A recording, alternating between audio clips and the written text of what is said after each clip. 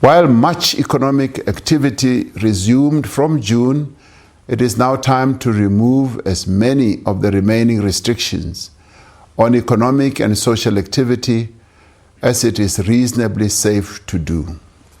Cabinet decided this morning that the country should now move to alert level 1.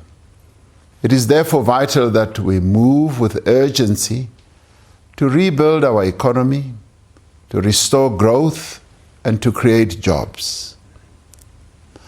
Following several weeks of engagement, the social partners at NEDLAC have made tremendous progress on an ambitious social compact for economic recovery. This represents a historic milestone for our country, demonstrating what can be achieved when we unite to confront an urgent crisis.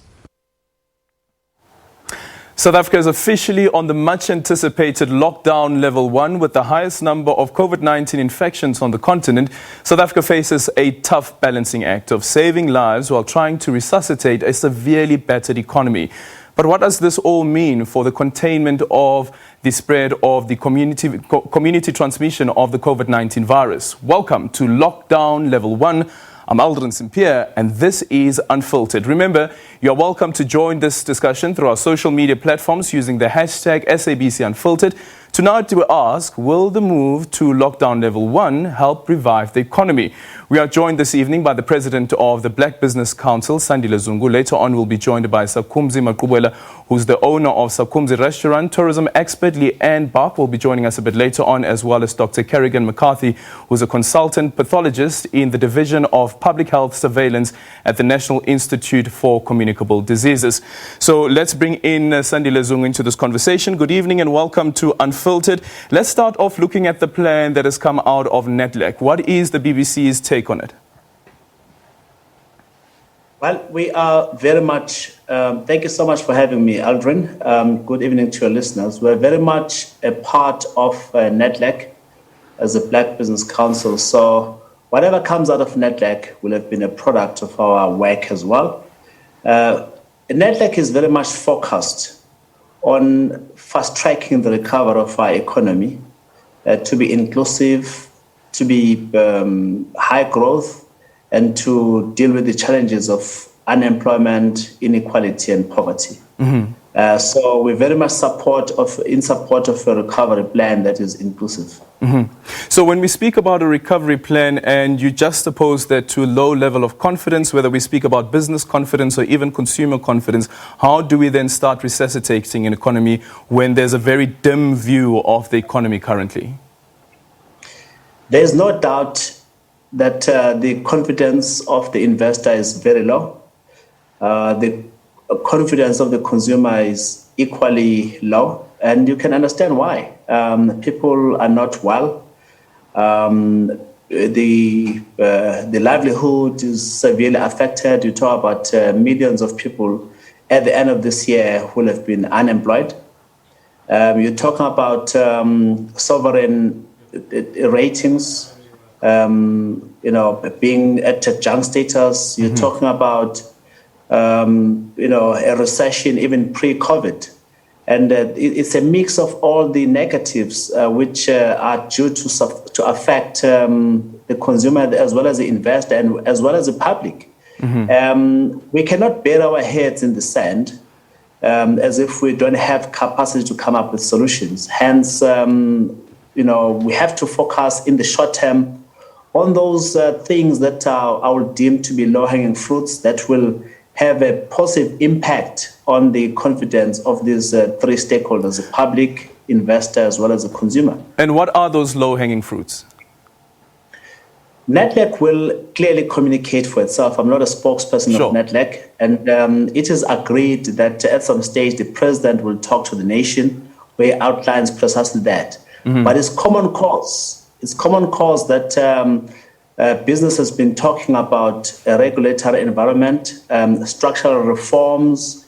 It's been talking about allocation of spectrum. It's identified infrastructure-led recovery as something that is common among all the stakeholders. Yeah. But as business, we want those infrastructure programs that are shovel-ready and that are inclusive of private-public partnership. When you speak about as well as very importantly, those sectors which have got high absorption rate of labor, especially unskilled labor, infrastructure, tourism, among some of those sectors. The allocation of spectrum is obviously a debate that has been raging on now for years, and the deadline keeps on being pushed down.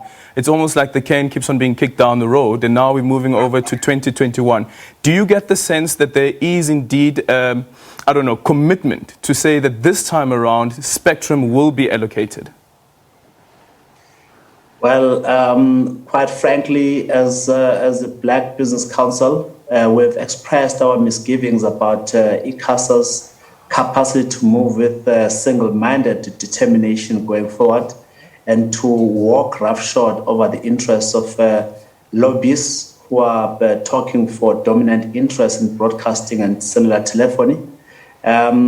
We've got to take them at face value when they say within a certain period of time they will resolve this matter. But that track record leaves much to be desired, quite frankly. Mm-hmm. Okay, let's just quickly move on to a report that I saw in News 24 about a proposal coming out of NEDLAC around the politically exposed people being banned from doing business with government. Does the BBC have any take on this? We are debating that among our stakeholders. We think it's a very complex issue because the narrative, a very dangerous narrative, is the one that will say people who have got friends with those in authority will not do business with the state. And it will basically almost like vulgarize Black economic empowerment. That's a narrative that gets spewed out in the media in particular. So we have to examine the details of that, because at face value, we will not accept something that basically will criminalize Black people doing business with the state. Do you feel that it's anti-transformation or probably its unintended consequences? I know that government is saying that we're trying to deal with corruption, but the unintended consequences of it is that it will become anti-transformation. It's very difficult to label it at this stage, Aldrin, because we are part of NEDLAC and that matter has been tabled at NEDLAC at some stage. So we cannot insult that process. We're just examining it and especially doing a simulation of those unintended consequences, gymnastics as it were. The worst case scenario is precisely that it will criminalize Black people doing business with the state, which will be very much violently against. And therefore, we have to examine how to respond to it before it gets finalized. But at face value, if it will criminalize, then certainly we'll stand against it. But having said that, we're equally against corruption in the public sector. And we're against anything that will leverage and take advantage of the weaknesses in the system to basically pursue a nefarious agenda. Let's then move on to Eskom, and moving into lockdown level 1 means that more industries will be operating in full capacity. In your conversations at NEDLAC and from what you've heard from some of the executives, even including from cabinet, do you get the sense that we can guarantee the supply of electricity that could not have an impact on what we're trying to do in terms of resuscitating the economy, a negative impact that is? Well, the patrons of our energy supply, which is Eskom, have not used the word guarantee in a very long time. Have not going to be more optimistic than they are, which basically means there's no guarantee that there will be uninterrupted power supply to fuel our economic recovery. But we'll have to use our best endeavors. And therefore, the issue of energy security is very important to our industrial recovery. The role of renewables and the role of the public sector, or rather of the private sector in the energy generation becomes quite critical. We must commend Eskom, especially in the recent past. the challenges that they've been faced with, in as much as it's really a bitter pill for us to swallow that, but they've communicated those issues very well. Okay, so when we come back, we'll introduce into the conversation SABC restaurant about the impact that COVID-19 has had on the business, but also taking into consideration that most of his clientele is dependent on international tourists traveling the country.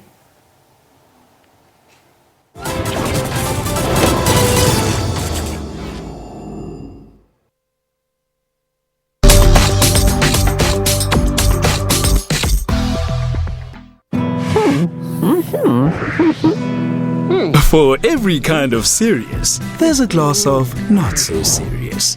Come fill yours with Clipdrift Brandy. Get a 750ml bottle for only $134.99. And Benini.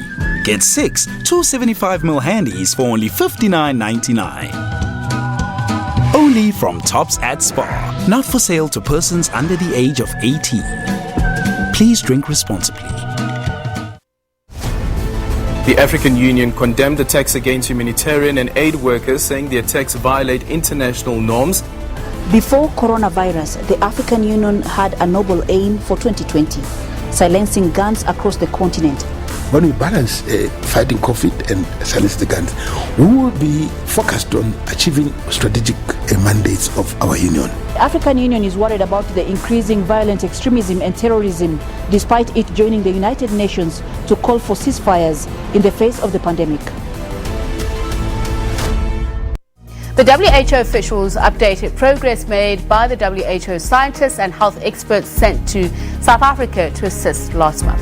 It's really good news that the number of cases has stabilised and is now dropping in South Africa, but let me be clear that that is not down to WHO, that is down to the hard work of frontline workers in South Africa, the cooperation and commitment of communities and the leadership of the government.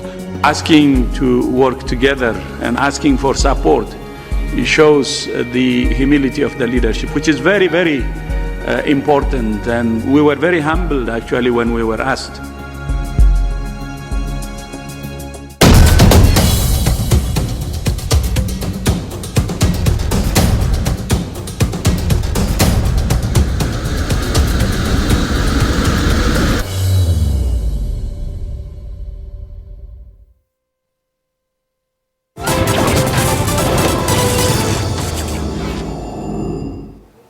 Welcome back. You're still watching Unfiltered with me, Aldrin Simpier. We're in conversation with the president of the Black Business Council, Sandile Zungu. We're supposed to have the owner of SABC restaurant, that's SABC Maqubela, but unfortunately we can't get a hold of him. But Sandile, just speaking about how the tourism industry has been hit by COVID-19, and I see that Tourism SA is saying that even if you look at the data that has been released, tourism decreased by 88% compared to last year, and while tourism contributes 8% to the GDP. You can understand why. I mean, if there are no international flights landing in Johannesburg, in Durban and Cape Town and elsewhere, it means, there's going to be less traffic in tourism centers. If they lock down level 5 and people are not allowed to leave their own provinces, it means there will be no intra-country tourism. It's a no-brainer. I think the important thing is what is being done to now stimulate now that we're in level 1. I've seen the minister, I've seen the provincial premiers being all over their own areas trying to stimulate tourism. That's a wonderful thing because it basically says we're back for tourism. But the tourism sector and all other sectors of importance have really suffered terribly. You saw this, the second quarter GDP figures coming out, red ink all over the place. Yeah, and if you consider some of the stimulus packages, that some would call them that government has made available, do you feel that when you look at the people who have benefited from these stimulus packages, and you know that the Minister of Small Business Development have said that if you look currently that small business, most people that have benefited are white people, and it's not black companies that have been benefiting from the stimulus package? That's what we expected, and we warned the government and National Treasury specifically that the way this loan guarantee scheme was conceptualized, and the fact that commercial banks were going to be the agency for rolling it out, was destined to have a negative outcome, especially towards black business and SMMEs in general, whether white or black. Why? Because commercial banks in South Africa don't have a very exemplary track record of doing business with black business, and they don't have an impressive track record in terms of dealing with SMMEs. And so our posit has been that please rope in the non-banking financial services providers who have got a much better track record. Even the likes of business partners have an impressive track record in dealing with SMMEs. And why were they not brought into the picture, only God knows. What about some of the amendments that have now been made to the criteria? To be honest, I'm not affair with the specific details of those amendments. Any amendment that will speed up the rollout of these loans, and also ensure that even those that were not pre-existing clients of retail banks will be a welcome development, and that's how it should be happening. What else do you think it is that the government can be doing for those small businesses? And I'm really thinking about the tourism industry, because it has been one of those sectors that have been severely hit by COVID-19, that government can be doing to resuscitate those industries. I think there must be a specific ring fencing of funds for the tourism sector.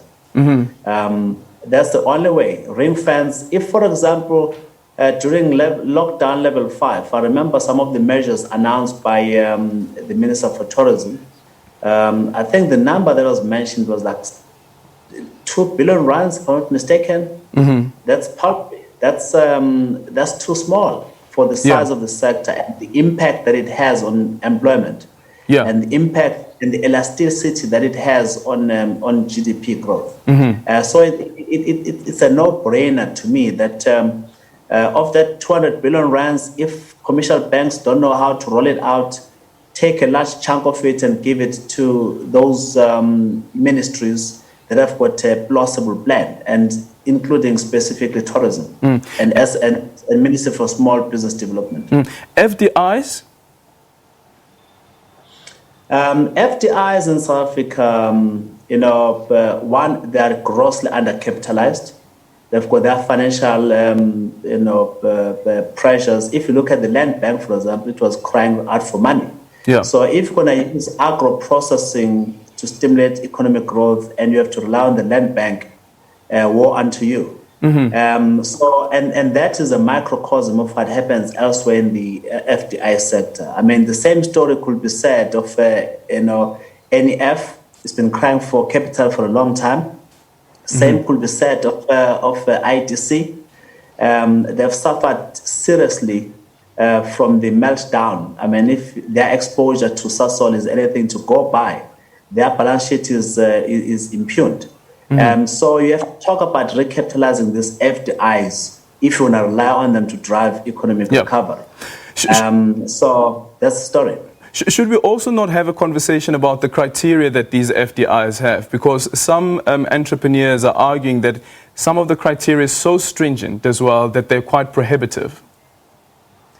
Why? It's because the way they are measured in terms of their success is itself not correct for a proper FDI. They are measured on the returns that they must bring. But you can understand why it is so, because they're capitalized through external funding. In some cases, they've issued bonds which need to be set. So they've got to talk about proper financial return. So the whole construct of FDIs in this country needs to be re-examined. And I'm glad that the president has set up a committee which has got to look at that. Okay, so when we come back, we continue our focus on the tourism sector, but also asking some of the questions that the tourism sector has argued in terms of allowing more countries to have routes made available and opened so that by the time that we open up our borders, we have more countries that are allowed to travel in between South Africa.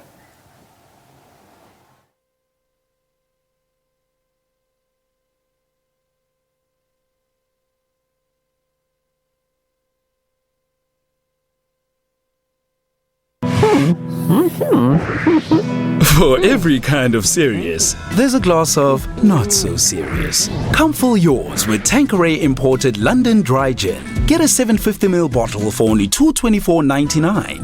And Heineken Premium Lager. Get a case of 330ml handies for only $249.99. Only from Tops at Spa. Not for sale to persons under the age of 18. Please drink responsibly.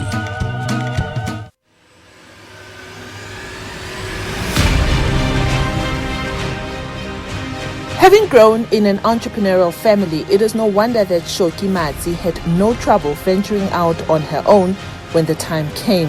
But instead of following her mother's footsteps of fashion, she chose to go into construction. I was raised by a very strong, independent businesswoman. That's where my love for business began. Experts forecast that South Africa's construction industry will contract by 14.3% this year. Although this is a bleak outlook, Matsi is not deterred. The industry has been tough. You have major corporations, major construction companies letting go of the construction aspect of their businesses because it has been doing so badly. But as a small company, we've been trying to hang on to the lower bits of what is left of the construction industry. Construction is predominantly a male-dominated industry. Matsi is one of the growing number of women who are changing the face of the industry.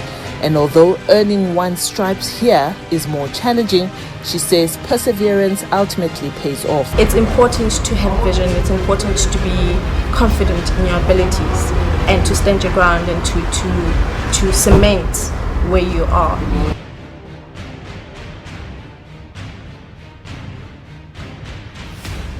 The Unification Task Team are calling for transformation and a fair process in the awarding of tenders for state funerals, as well as outsourcing of mortuary facilities owned by black funeral undertakers. The undertakers that are protesting against government, saying that they need reform in this industry. As aspiring undertakers, we need to be taken into consideration. People who've actually been paying premiums, we've had to actually let them know that, you know what, we are unable to come into house pickups. Nati, we are frontline workers. We are putting our lives at risk each and every day.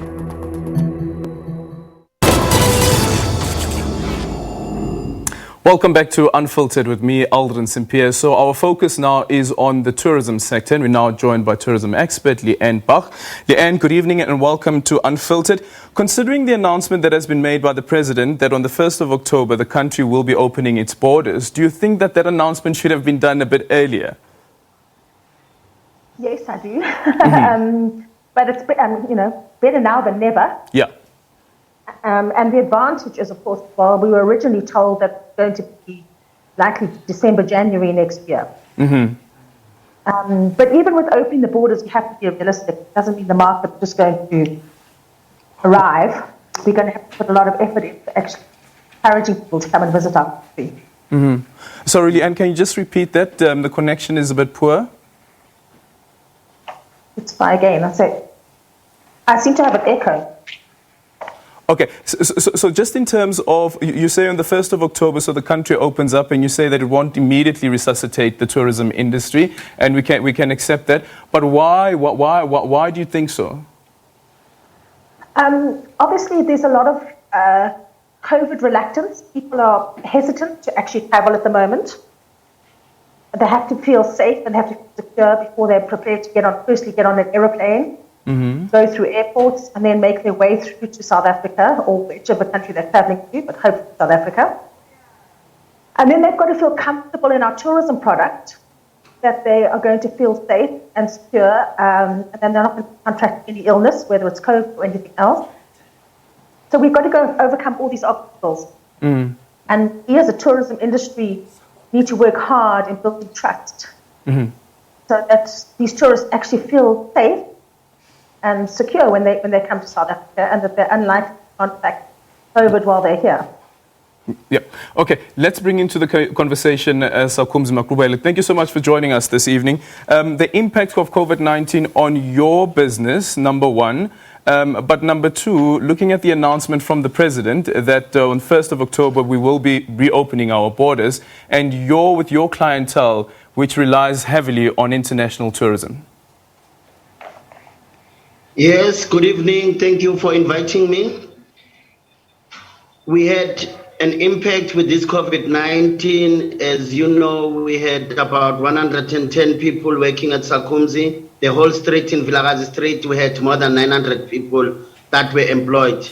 But we are picking up since we are open for business, and hoping and trusting after the President announces they start opening our borders, we will have more people coming so that we can go back to our staff and call them to come and assist and work with us. Mm-hmm. Is there any demand from your end, Sakhumzi, at the moment? At the moment, there is demand. People were at home.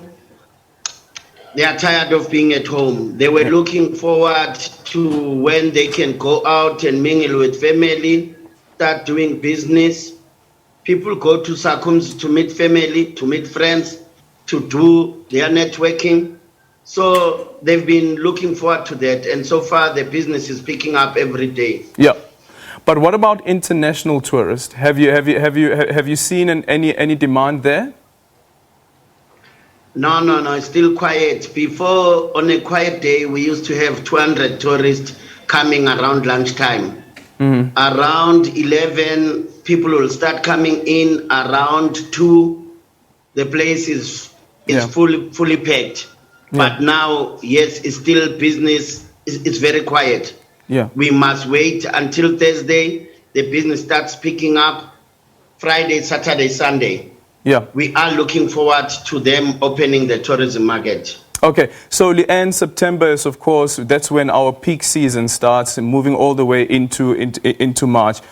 From the people that you have been in conversation with, have they seen any demand from international tourists to travel to the country? There is absolutely desire to visit our country. Yeah. That we cannot deny. And there's definitely interest seeing it in our art, having a look at their bookings and their interest in terms of people looking for flights. And Africa in general, top list as a preferred destination travel for what people are actually looking for is fantastic. And obviously the advantage that South Africa and Africa provides is open space. An ability to wait for other people is a huge advantage and something to capitalize on. The biggest challenge we have now is that there's obviously a lead time between planning and booking and traveling. Okay, Leanne, just quickly hold that thought for me. Let me just quickly say goodbye to our SABC 3 viewers, but the conversation is continuing on the SABC News channel 404. That's on the DSTV bouquet. That is 404 on the SABC News channel. That's where the conversation is continuing. See you on the other side.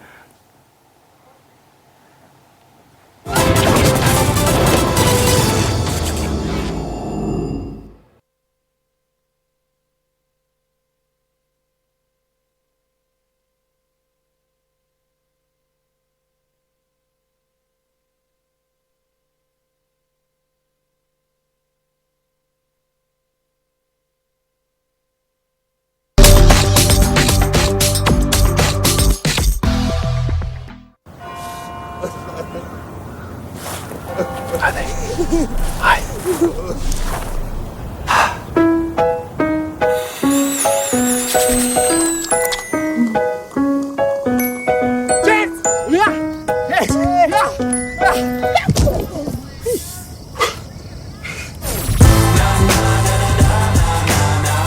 Test drive the all-new Kia Seltos Turbo Diesel. Visit kia.co.za today. In the trenches of business, don't lose sight of the bigger picture. With Nedbank's investment expertise, we'll help structure innovative solutions that will provide optimal returns. To guide your growth, search Nedbank Bigger Picture Business Banking. The Unification Task Team are calling for transformation and a fair process in the awarding of tenders for state funerals, as well as outsourcing of mortuary facilities owned by black funeral undertakers. The undertakers that are protesting against government saying that they need reform in this industry. As aspiring undertakers, we need to be taken into consideration. People who've actually been paying premiums, we've had to actually let them know that, you know what, we are unable to come into house pickups. Nati, we are frontline workers. We are putting our lives at risk each and every day.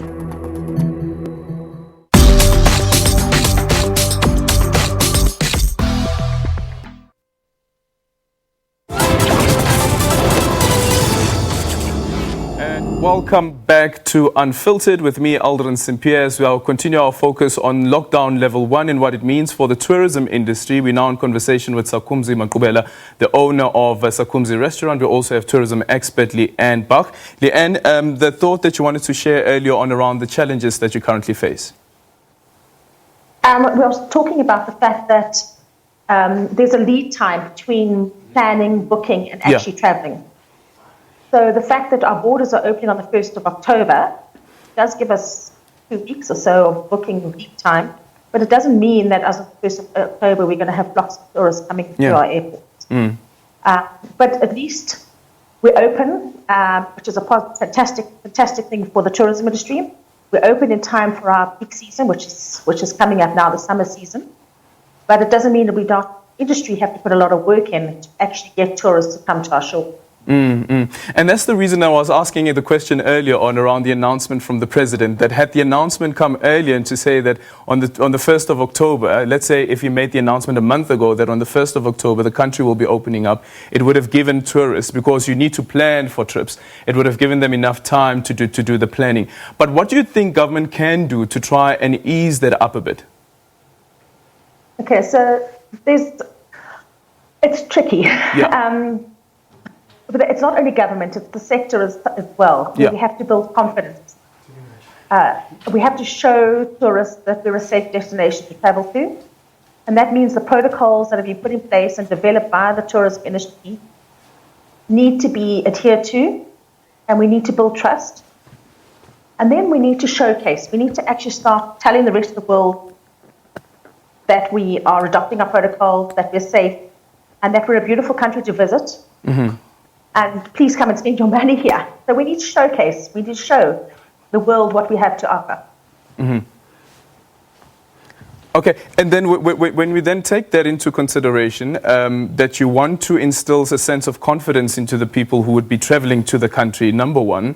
Number two, the challenges that the industry is currently facing as well is that many other businesses are actually closing down or have already closed down. How do you deal with that aspect?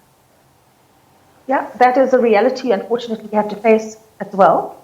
And the first, when you talk about industries that are closing down or businesses that are closing down, the first challenge we have is not having enough airlines or operating airlines, say. We've got Comair, which is in business rescue.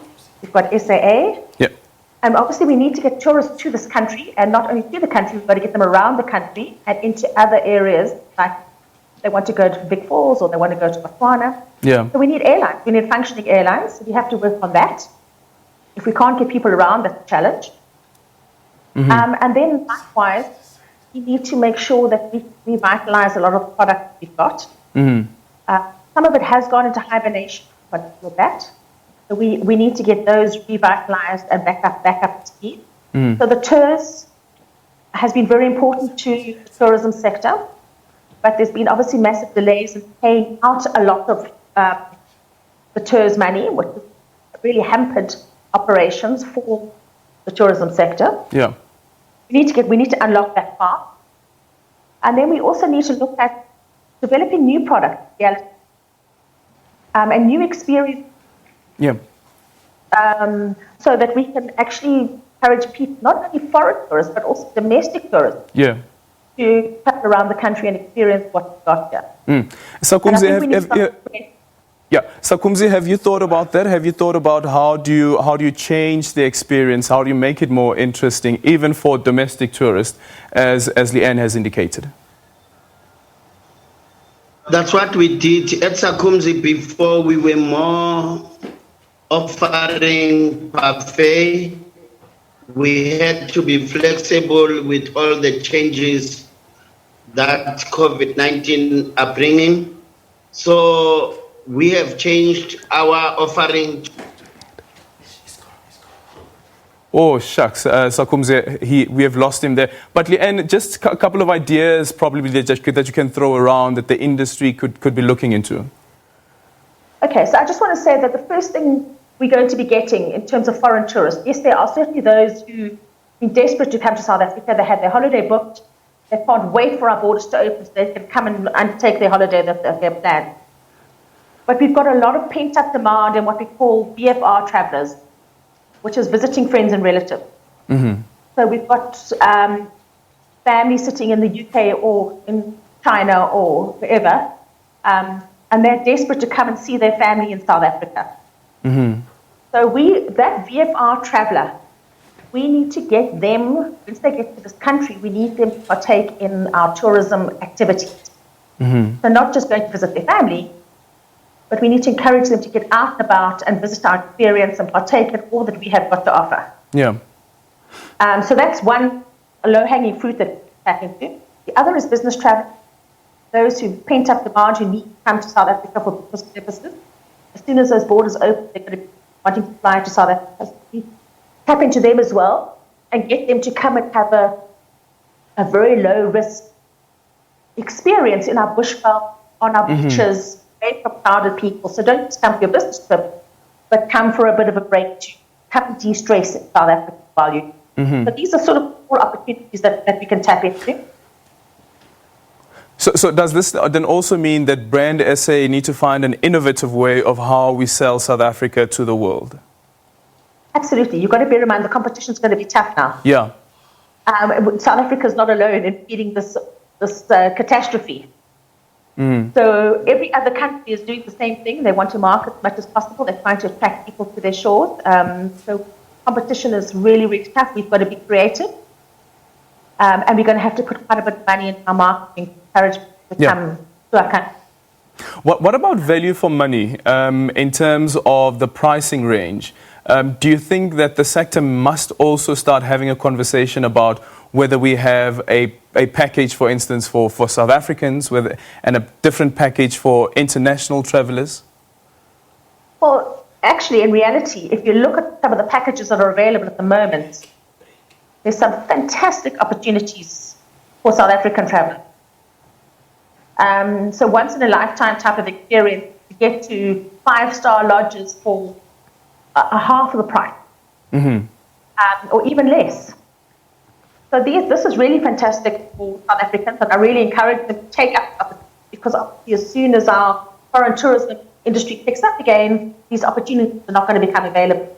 Yeah. But I do also believe strongly that in this country we need to develop new products that caters in particular to South African market. A lot of that does deal with the needs of the South African market. Yeah. And we need to think about how do we spread our risk? How do we grow domestic tourism? Domestic tourism, bear in mind, accounts for 50% of the direct tourism spend in the country in total. So it's important, but we can do more. When we have future catastrophes of the sort, whatever we can fall back, or there's always the domestic tourism industry that we shouldn't have all our eggs in one basket. In addition, we shouldn't have all our eggs in the European market when we try to attract foreign tourists offshore. Yeah. So we continue the conversation just after this. Remember that you can be part of the topics and the conversations that we're currently having. You can go onto our social media pages using the hashtag SABC Unfiltered.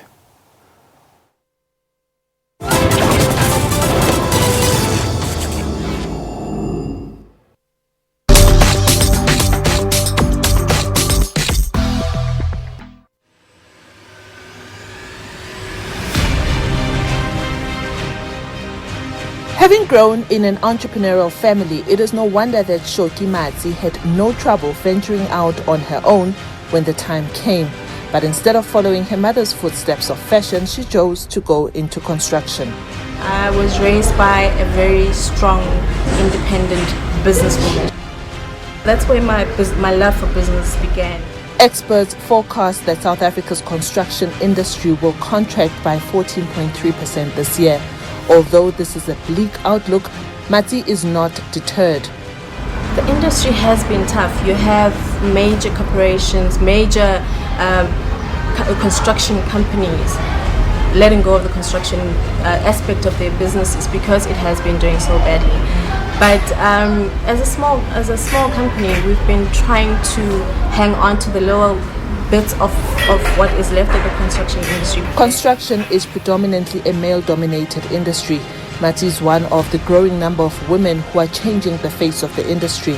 And although earning one's stripes here is more challenging, she says perseverance ultimately pays off. It's important to have vision, it's important to be confident in your abilities and to stand your ground and to cement where you are.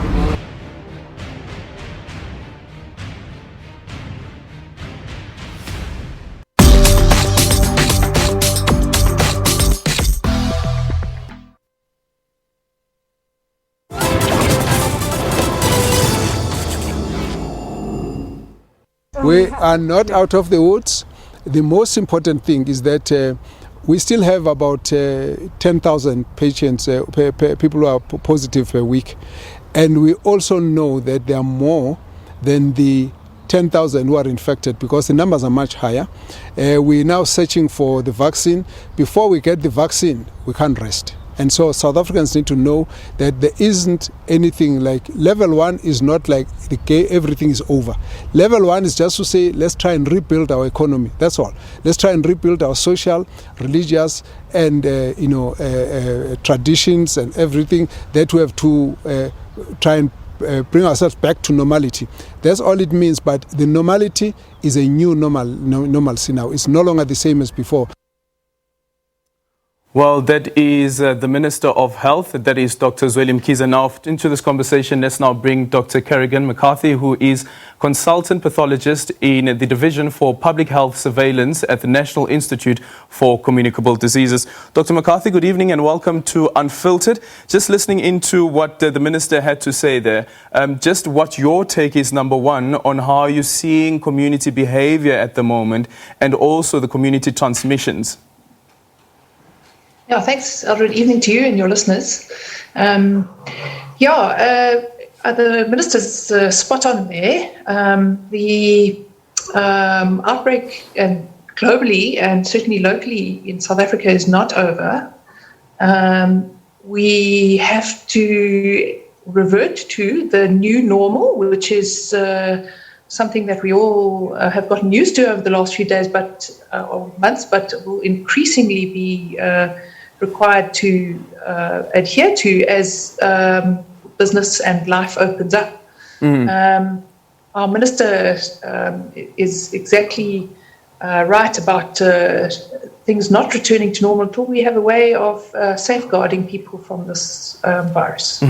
Dr. McCarthy, would you be able to tell us what it is that the departments will be taking into consideration when they start reopening our borders and also in deciding on which countries routes would be allowed to open up again?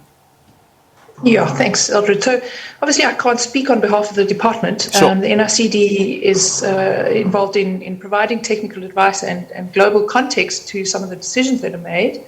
The department will, of course, be informed, as we all are, by ICAO and the Civil Aviation Authority, who are experts and working in the space of providing norms and standards for global airlines and international travel. Sure. And we obviously as a country will adhere to those. And some of the broad principles relate to screening, case detection, fever screening for what it's worth, discouraging people from traveling when they're ill, and the application of social distancing, sanitizing, mask wearing while while traveling. There may be a requirement for, I think our president announced it, a requirement for people who enter the borders of our country to have a negative test with or without some kind of quarantine. The need for these is debatable and in fact uncertain globally. There are many limitations to testing that make it perhaps not a very helpful tool. When a test is positive or negative, it only speaks to that particular moment for the individual and not for an extended time period afterwards. It also doesn't actively rule out disease. So there are many factors to consider. I think what we need to remember is that nothing going forward is going to be risk-free, and that there will always be an element of managing uncertainty in terms of the risk for disease. What we do know, however, is that South Africa has experienced a pervasive outbreak to date. By that I mean that there is a substantial proportion of people who have experienced infection in a way that is or maybe asymptomatic. So we know that we've had over 600,000 laboratory confirmed cases, but there are a much larger proportion of people who are infected and either didn't go for a test or had asymptomatic infection. And what that means is that we're probably unlikely to see a surge of infections as we have over the last few months. But what it also means is that we're not going to see the end of this infection. It's going to be a part of our lives in as much as seasonal influenza is, with all its constituent social and educational implications. Leanne, let me ask you about some of those criteria that the president has announced, including the COVID-19 negative test that is not later than 72 hours. Does that become prohibitive at all? In a way, yes. But in reality, this is a requirement for most countries.